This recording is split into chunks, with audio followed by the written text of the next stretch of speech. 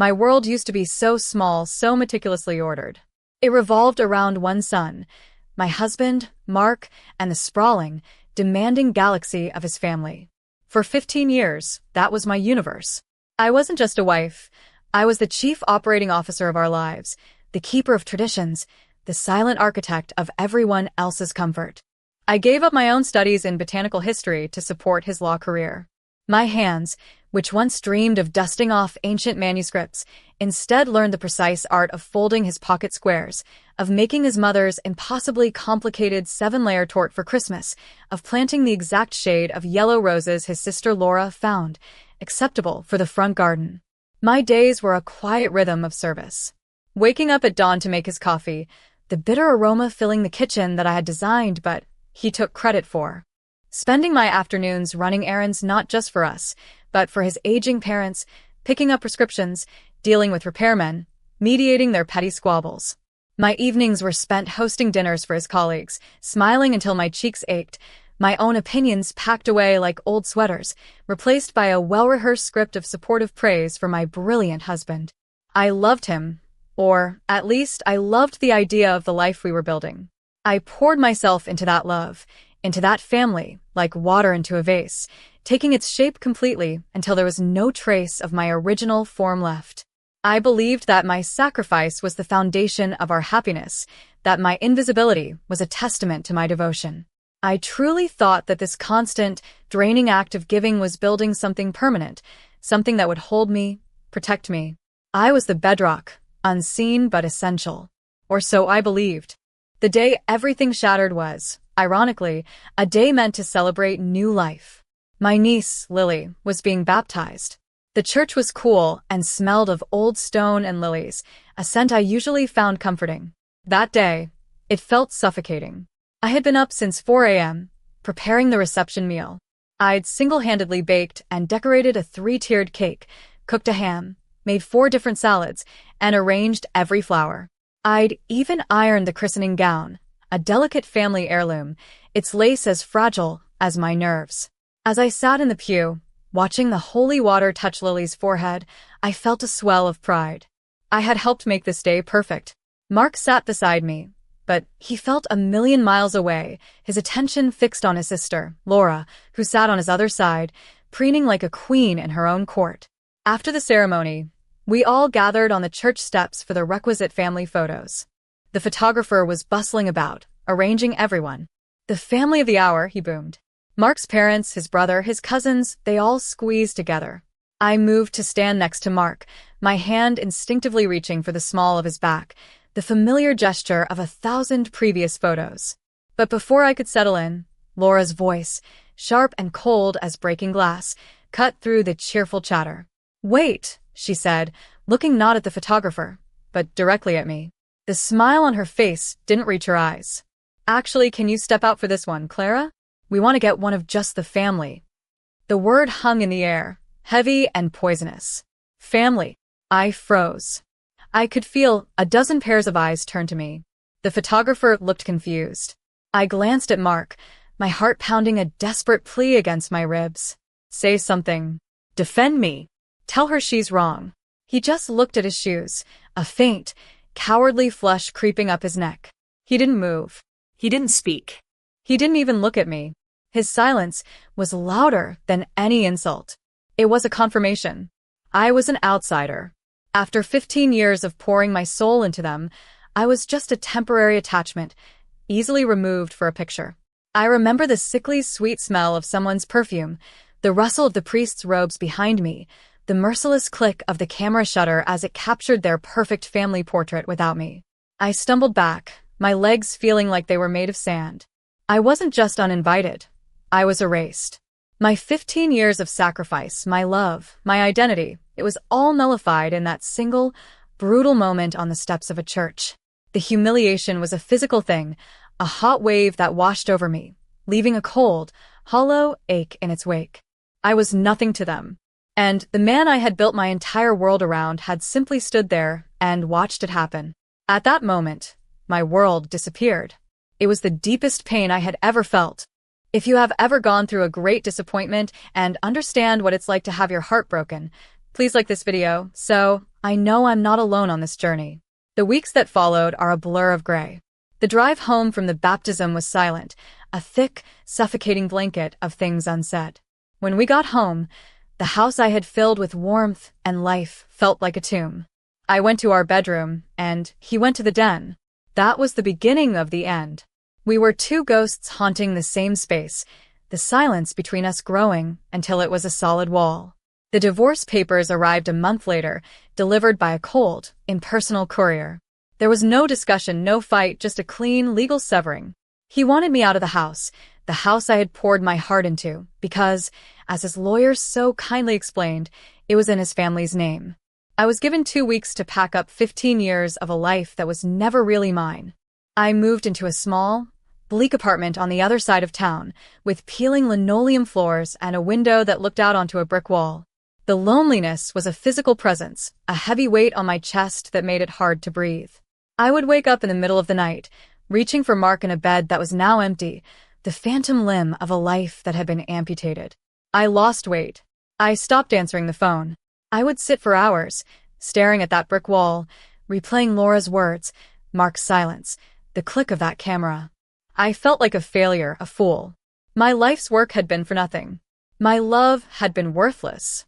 I was 42 years old, with no career, no savings to speak of. I'd trusted him with everything, and no family to call my own. I was adrift in a sea of despair, and I was sinking fast. I took a job cleaning. It was all I could find. Humiliating didn't even begin to cover it. One of my cleaning contracts was at the very church where my life had fallen apart. It was a cruel irony, but I needed the money. Polishing the pews where I had sat, a deluded, happy wife. Dusting the baptismal font that had marked the beginning of my end. One evening, I was working late, scrubbing the flagstones in the main aisle, when the tears just started to fall. I couldn't stop them. I sank onto the steps of the altar, my shoulders shaking with ragged, silent sobs. That's when Father Michael found me. He was an old, kind man with eyes that seemed to have seen every kind of human suffering. He didn't say anything at first, just sat in the pew beside the altar, giving my grief the space it needed. When my sobs subsided, he spoke, his voice gentle. The house of God is meant for healing, my child, not for haunting. He remembered me from the baptism. He had seen what happened on the steps. We talked for a long time. I told him everything, the years of sacrifice, the feeling of being erased. I told him about my abandoned studies, my lost love for history and old things. He listened patiently, his head cocked to one side. When I was done, he stood up. "Come with me," he said. He led me through a small wooden door near the sacristy, down a narrow hallway that smelled of dust and beeswax. He unlocked a heavy oak door, and we stepped into the church archives. It was a small, cluttered room filled with old parish records, forgotten vestments, and boxes of donated items. He went to a far corner and pulled out a heavy, dust-covered wooden chest. "When your husband's family first emigrated here, they were very poor, but they were pillars of this church," he explained, his voice echoing slightly in the small room. He lifted the lid of the chest. Inside, nestled among yellowed linens, was a thick, leather-bound book. It was ancient, the cover worn smooth with time, the title embossed in faded gold leaf that I couldn't quite read. He lifted it out and placed it in my hands. It was surprisingly heavy. This belonged to his great-grandmother, Alara. She brought it with her from the old country. When she passed, she left it to the church for safekeeping. The family, well, they forgot about it. They were more interested in making money than in preserving the past. I opened the book. The pages were thick, creamy parchment, filled with elegant, looping script in a faded brown ink. It was written in an old Italian dialect, a mix of Latin and regional vernacular. The pages were filled with recipes, sketches of herbs and flowers, instructions for making tinctures, salves, liqueurs, and soaps. It wasn't just a cookbook, it was a grimoire of folk wisdom, a lifetime of knowledge passed down through generations. "She was a healer," Father Michael said softly. "A woman of great knowledge. I think this belongs with someone who will appreciate the history within it." In that dusty, forgotten room, holding that book, I felt something I hadn't felt in months. A tiny, fragile flutter in the hollow space in my chest. It wasn't happiness, not yet. It was something far more delicate. It was curiosity. It was a connection to a past, to a woman of strength whose legacy had been forgotten by the very family who shamed me. It was a small, single spark in the overwhelming darkness. That book became my lifeline. My small, grim apartment transformed into a sanctuary of discovery. The brick wall outside my window no longer felt like a prison. I simply stopped noticing it. My days, once empty and agonizingly long, were now filled with purpose. I spent every spare moment at the public library with a book, a stack of Italian to English dictionaries, and historical texts on regional dialects. Translating Alara's handwriting was a monumental task. Her script was beautiful but archaic, and her language was a tapestry of formal Italian, local slang, and Latin names for plants. Each page was a puzzle, and as I pieced it together, I felt like I was piecing myself together, too. I learned about her life through the notes in the margins. I learned about the herbs she grew in her small garden, the remedies she made for her neighbors, the special liqueurs she distilled for weddings, the calming balms she created for new mothers. This wasn't just a collection of recipes. It was the story of a woman's power, her knowledge, her importance to her community. I started with the simplest things. My tiny kitchen became a laboratory. I spent the little money I had on herbs, oils, and beeswax. My first attempts were disastrous. A lavender salve that was greasy and smelled faintly of burnt toast. A chamomile tincture that was so bitter it was undrinkable. I failed over and over. There were nights I'd collapse into bed, reeking of strange concoctions, my hands stained and my spirit weary, wondering if I was just a fool playing with a dead woman's legacy.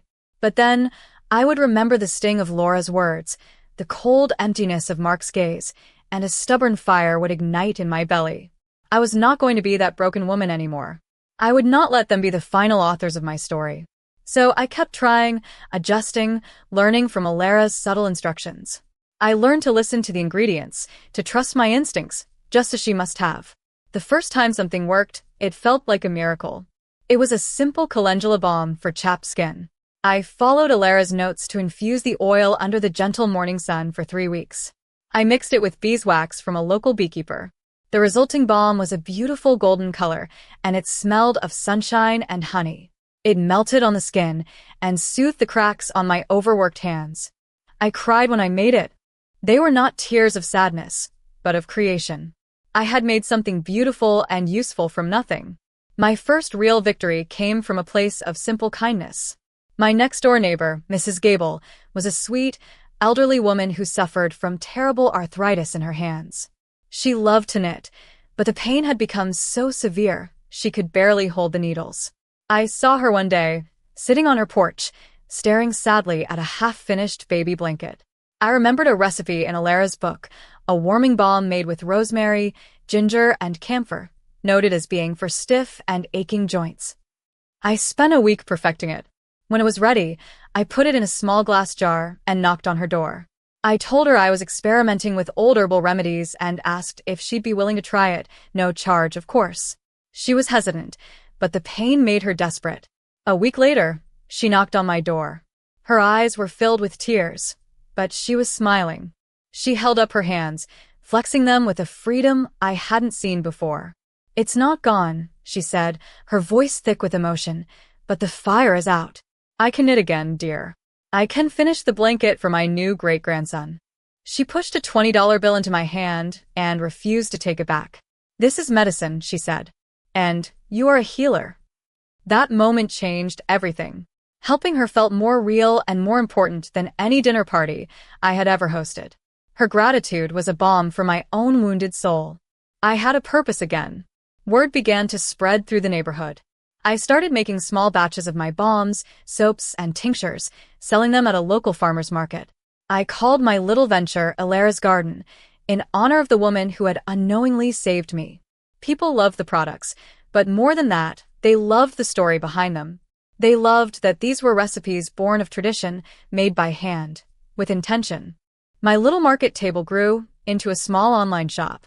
I took courses in business and marketing at the local community college. I went from being a ghost in someone else's life to being the proud, visible owner of my own small, thriving business. I was no longer just surviving, I was building. It was there, with my own hands, that I began to rewrite my story. I stopped being the victim and became the author of my own destiny.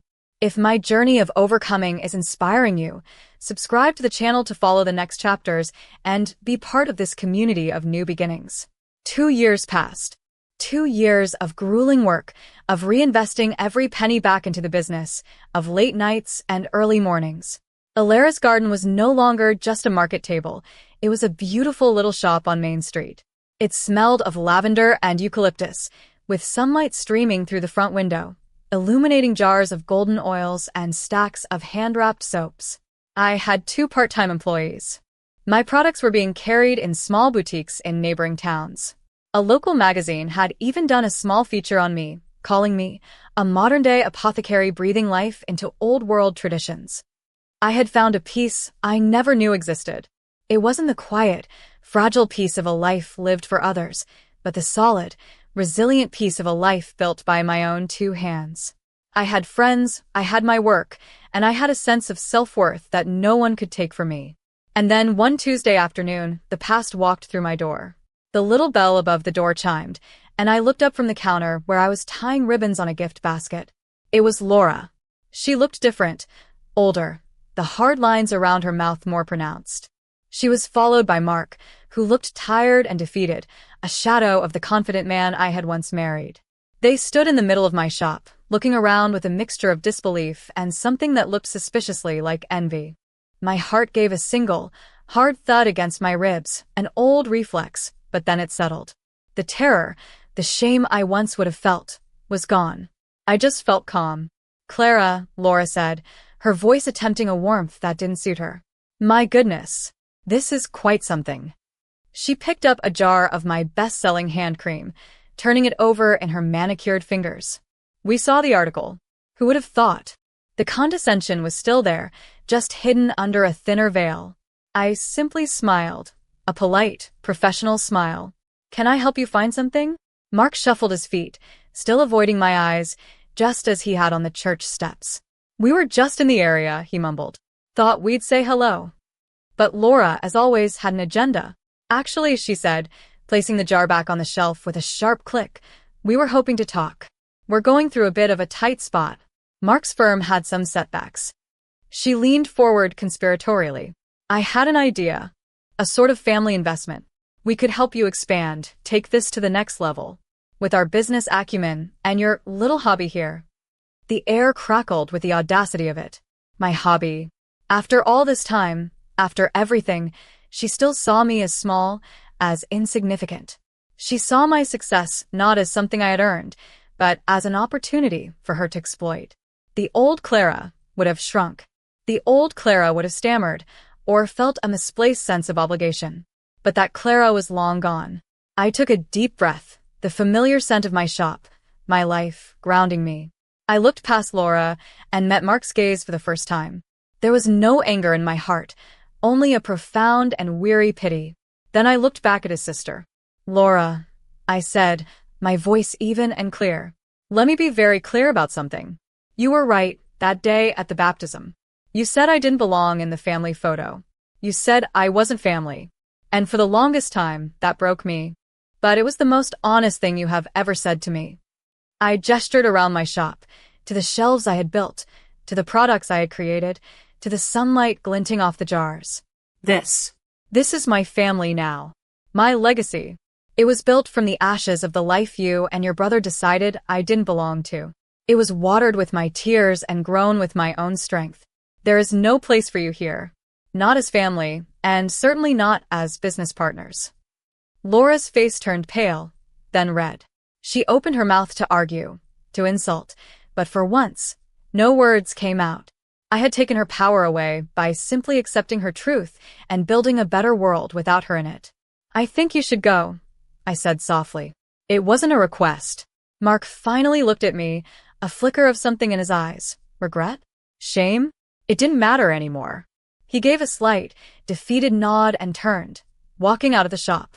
Laura, after a moment of stunned silence, followed him, the bell chiming her final exit from my life.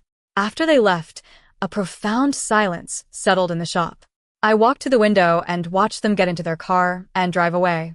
I felt no triumph, no desire for revenge. I just felt peace. The chapter was finally, truly, closed. My life today is full. It is full of the scent of herbs, the warmth of my small community, and the quiet satisfaction of meaningful work. I learned that the deepest betrayals can sometimes be the most profound gifts. Being cast out of a family I tried so hard to belong to force me to build a home within myself. Alara's book gave me a map, but I had to walk the path on my own. I learned that my worth is not determined by who stands beside me in a photograph, but by the integrity and passion with which I live my own life. The pain was a fire that burned away everything that wasn't essential, and from those ashes, something true and strong was able to grow. Today, I understand that the wounds of the past do not define who we are, but what we do with them does. I am immensely grateful that you have listened to my story this far. If it has touched you, share it with someone who needs a light and leave a comment with a word of strength and hope. Together, we are stronger.